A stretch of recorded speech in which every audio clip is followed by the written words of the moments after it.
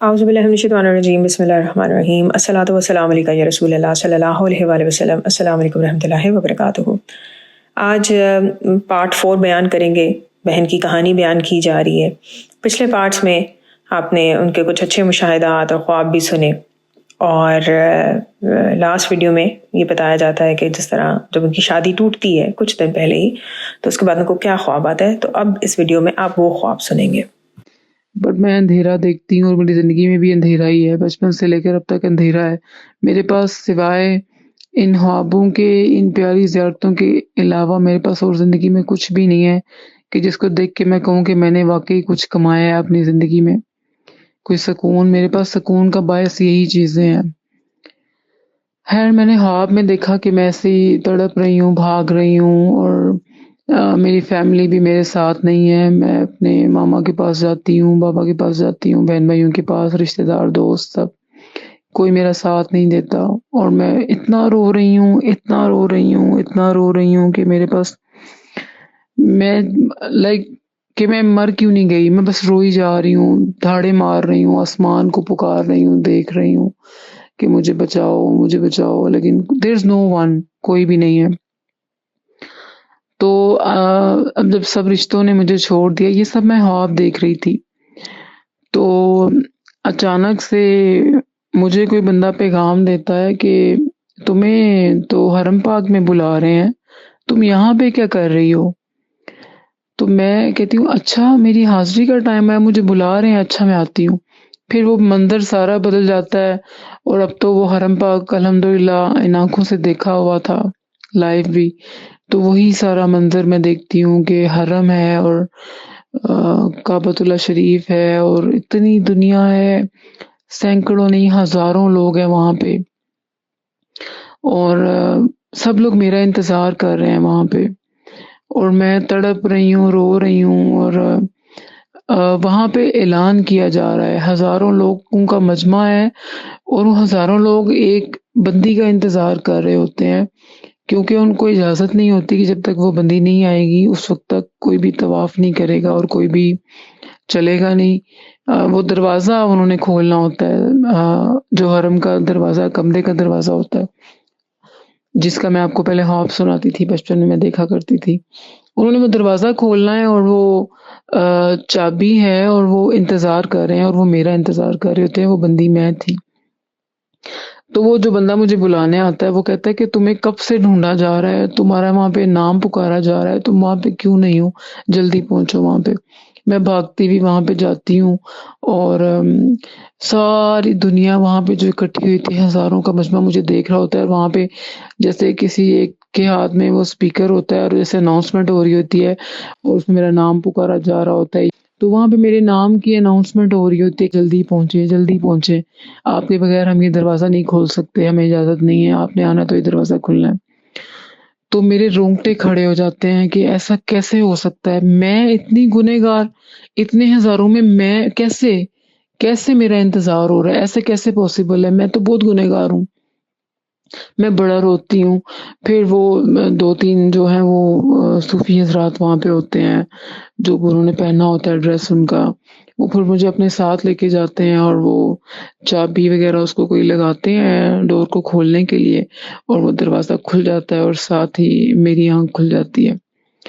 تو جب میں اٹھی تو میں بس اس خواب کو دیکھ کے جیتی رہی کہ پہلے میں پریشان بھی بہت ہوئی کہ میری زندگی میں اب ایسا کون سا دکھ آنے والا ہے، اب ایسی کون سی آزمائش آنے والی ہے جو میں اتنا تڑپ رہی ہوں، میں اتنا رو رہی ہوں کہ میرے پاس الفاظ ہی نہیں ہے۔ پھر آن دا ادر ہینڈ جب میں نے دیکھا کہ نہیں یار، اس کے آگے میرا اینڈ تو اچھا ہوا تھا نا، میں اس جگہ پہ گئی، انہوں نے مجھے بلایا، اور وہ میرے منتظر تھے سب لوگ، تو اس سے بڑی سعادت میرے لیے کوئی ہو سکتی ہے؟ تو میں نے اپنے آپ کو بڑی ہمت دی، اور پھر صدقہ وغیرہ بھی خیر نکالا۔ تو اس کے بعد میرے ساتھ پھر یہ حادثہ ہوا، میسج لمبا ہو گیا، میں آپ کو دوسرا میسج کرتی ہوں۔ اس کے بعد میرے ساتھ یہ ہوتا ہے کہ میری اچانک سے جو ہے وہ شادی طے ہو جاتی ہے۔ میں obviously پہلے ہی وہ صدمے میں تھی، ٹوٹی ہوئی تھی، میں نہیں کرنا چاہتی تھی شادی، بٹ وہ بڑوں کی پھر obviously آپ کے پاس فیملی پریشر ہوتا ہے، آپ کو پھر کرنی ہوتی ہے، کیونکہ ایج میری 35 ہو چکی ہے، تو ڈیفینیٹلی والدین جو کرتے ہیں ٹھیک کرتے ہیں وہ اپنے لحاظ سے۔ تو میرا 10 سے 15 دن کے اندر اندر میرا رشتہ طے ہوا اور ود ان 1 month میری ڈائیورس ہو گئی. بس میں اب اس کا کیا آپ کو ریزنس بتاؤں، چھپانا میں نہیں چاہتی ہوں لیکن وہ پھر بات لمبی ہو جاتی ہے. بس انہوں نے ایک ماہ پہلے ماہ میں مجھے گھر سے 3 دفعہ مجھے نکال دیا گیا. شادی کے تیسرے دن انہوں نے مجھے گھر سے نکال دیا یہ کہہ کے کہ آپ میری فلاں فلاں شرطیں آپ مانیں گی تو ہم آپ کو لینے آ جاتے ہیں. اپنے گھر آئی تھی میں، تو اس کے بعد وہ ان کی شرطیں ماننی پڑی مجبور. میرے ہاتھوں پہ مہندی لگی تھی، بس میں وہی دیکھتی رہ گئی کہ یہ رہ گیا تھا میری زندگی میں ہونے والا کہ پہلے میں نے بہت رو کے میں نے شادی کی. میں بہت روئی کہ میں سیکریفائس کر رہی تھی اور اس سیکریفائس کا صلہ اللہ تعالیٰ کی ذات ہی دے سکتی ہے، انسان نہیں دے سکتا. تو پھر مجھے اپنا وہ خواب بار بار یاد آتا تھا کہ اچھا تو میں یہ خواب دیکھتی تھی جس میں میں اتنا تڑپ رہی تھی، میں اتنا رو رہی تھی کہ میرے پاس راستہ نہیں تھا نکلتا کوئی بھی. خیر وہ جب میں نے رو دھو کے شادی کر لی تو وہ بھی کامیاب نہیں ہو سکی میری، وہ بھی ڈائیورس میں ہو گئی. کیونکہ جہاں پہ عزت نہیں ہوتی وہاں پہ آپ اکیلے تو نبھا نہیں سکتے. اور خیر ان کی طرف سے بھی، ان کی بھی فیملی پریشر میں شادی ہوئی تھی، لڑکے کی بھی اور میری طرف سے بھی یہی تھا. بٹ ڈیفینیٹلی لڑکی جو ہوتی ہے وہ اور طرح کی ہوتی ہے، اس نے آخر حد تک جانا ہوتا ہے کہ کس طریقے سے رشتہ جو ہے وہ نبھ جائے، بن جائے. اور ایسا کوئی بڑی میجر ایشوز بھی نہیں تھے. بس کچھ لوگ ہم میں اتنے نیک ہوتے ہیں کہ جن کو اگلے بڑے بد نظر آتے ہیں. کچھ ہمارے میں نا اتنے اچھے پکے سچے نمازی اور اتنے با کردار اور اتنے با حیا لوگ ہوتے ہیں کہ ان کو پھر دوسرے لوگ بہت بے حیا لگتے ہیں. اور میں یہاں پہ یہ کہنا چاہوں گی کہ نیور جج اے بک بائی اٹس کور. ہو سکتا ہے کہ جس کو آپ گندا سمجھ رہے ہو سکتا ہے جس کی ذات میں آپ نقص نکال کے اس کو آپ چھوڑنا چاہ رہے ہو سکتا ہے وہ اللہ تعالیٰ کے بڑے قریب ہو یا وہ اللہ تعالیٰ کو بڑے دل سے پکارتا ہو. تو اس لیے کبھی بھی کسی کو اس کے کپڑوں سے، اس کی شکل سے، اس کی عادتوں سے، اس کی غلطیوں سے جج نہیں کرنا چاہیے. جی، تو آپ ان بہن کی کہانی سن رہے ہیں. ڈیفینیٹلی ان بہن پر نظر کرم ہے تبھی ان کو بہت خوبصورت خواب آئے، لیکن اب زندگی کی تکالیف دیکھیں. ٹھیک ہے، ان کو جو تکلیف آنی تھی جس میں مہینے بعد ان کی شادی ختم ہو جاتی ہے، ڈیورس ہو جاتی ہے، اس سے پہلے ان کو کیا خواب میں دکھایا گیا کہ اندھیرا ہے اور وہاں پریشان ہے، اور پھر ان کو خانہ کعبہ بلایا جاتا ہے کہ جہاں پہ پورا مجمع انتظار کر رہا ہے سبحان اللہ کہ یہ آئیں گی تو وہاں دروازہ کھلے گا اور سب لوگ ان کا انتظار کر رہے ہیں. ایک بات یاد رکھیے گا، اللہ تعالیٰ نے اس دنیا میں، ہم اگر انسان اپنی بات کریں تو ہم سب کو بڑی بیلنسڈ لائف دی ہے. اگر کسی کو کہیں کچھ نوازا گیا ہے نا تو کہیں پہ کوئی کمی بھی رکھی گئی ہے. جو بندہ آپ کو کہے کہ میری لائف پرفیکٹ ہے، ٹھیک ہے، وہ بات غلط کر رہا ہے، یا وہ بندہ اتنا شکر گزار ہے وہ اللہ کی ہر رضا میں راضی ہے، اور ایسے لوگ بہت کم ہیں. ایک تو یہ بات. دوسرا لیسن آپ کو اس پہ کیا ملتا ہے ان کی سٹوری سے جو بھی ہم نے پارٹ سنا ہے، کہ وہ ماں باپ جو غلطی کرتے ہیں کہ اپنے بچوں کی زبردستی شادیاں کرتے ہیں. بچہ بقول ان کا بچہ 40 سال کا ہو چکا ہوتا ہے، 35 جتنے کا بھی ہو جائے، لیکن ان کا بچہ شادی کے لیے تیار نہیں ہے، لیکن پھر بھی ان کی زبردستی شادیاں کرتے ہیں. ان شادیوں میں مشکلات آتی ہیں. شرطوں پہ رشتے نہیں چلتے، شرطوں پر شادیاں نہیں چلتی. بہت سے لوگ جو ہیں وہ شادی کر لیتے ہیں، لڑکا لڑکی دونوں طرف کی بات کر رہی ہوں، اور وہ کہتے ہیں اس کے بعد وہ کیا کرتے ہیں، شادی سے پہلے انہیں یہ بھی پتہ چل جاتا ہے اچھا اس میں یہ عادات ہیں، ایسا ہے ایسا ہے، شادی کر لیتے ہیں، اس کو شادی کے بعد بدلیں گے. یہ بات ہی غلط ہے. ٹھیک ہے، اگر آپ شادی سے پہلے یہ بات کہہ دینا کہ بھئی مجھے اپنے لائف پارٹنر میں اس وقت، اس میں یہ جو شادی ہونے والی ہے جس سے میری، اس میں مجھے یہ چینجز چاہیے، اگر وہ مان لے ویل اینڈ گڈ، شادی ہوگی اچھے طریقے سے. اگر وہ نہ مانے، ٹھیک ہے، تو کیسے شادی کا نبھاؤ ہوگا، کیسے شادی چلے گی. تو یہ کانسیپٹ جو ہے نا جس پہ بڑے بڑے لوگ محبت کے دعوے کرتے ہیں اور شادی کرتے ہیں، پھر ایک دوسرے کو بدلنے پہ لگ جاتے ہیں نا، یہ بھی خرابیاں لے کر آتا ہے رشتے کے اندر. اور انہی لڑائیوں اور چیزوں کی وجہ سے محبت اور دور کی بات، عزت سب سے پہلے ختم ہو جاتی ہے. اور ایک بات ان بہن نے بالکل صحیح کی ہے کہ جن رشتوں میں عزت نہیں ہوتی نا، وہاں محبت وغیرہ کچھ کام نہیں آتی. عزت بہت ضروری ہے. اللہ تعالیٰ نے آپ کو جو عزت عطا کی ہے، ٹھیک ہے، اللہ تعالیٰ نے اس کو مینٹین کرنے کے لیے آپ کو بہت کچھ سکھایا ہے.